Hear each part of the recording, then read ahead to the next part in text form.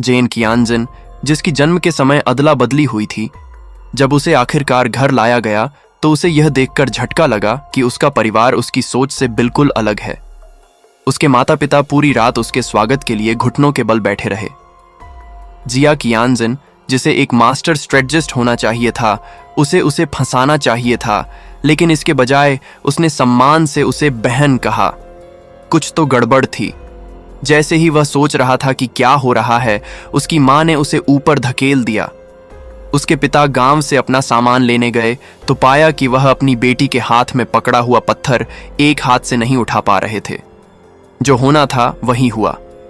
ऊपर दो बिल्कुल अलग कमरे देखकर जेन कियानजिन ने सोचा कि उसके भेदभाव करने वाले माता पिता जिया कियानजिन को राजकुमारी वाला कमरा देंगे, जबकि वह नौकरानी के कमरे में सोएगा। बहन, बहुत देर हो गई है, जल्दी करो और निकलो। जिया कियानजिन ने उसे मजबूर किया। रस्सी नीचे खींचकर वे ऊपर पहुंचे। उसके मम्मी पापा ने नाश्ता तैयार कर लिया था, लेकिन किसी ने उसे छूने की हिम्मत नहीं की। जिया कियानजिन ने उससे जल्दी करने और हिलने डुलने से मना किया। जैसे ही उसने बोलना खत्म किया, नैनी चुआन जिन के साथ अचानक दरवाजे से अंदर आ गई। पूरे परिवार ने तुरंत उसका इज्जत से स्वागत किया, जैसे नैनी ही घर की मालकिन हो। उसके मम्मी पापा नैनी से भी बुरे कपड़े पहने हुए थे, तो वे नैनी से भी क्यों डर रहे थे?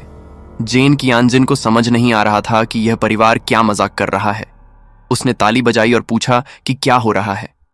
जिया कियानजिन डर से कांप रही थी। उसकी मां हकलाते हुए बोली, वे हमेशा से ऐसे ही रहे हैं, तुम्हें इसकी आदत हो गई है। उसने उससे कहा कि उसे बाद में अपनी बहन के साथ स्कूल जरूर जाना है।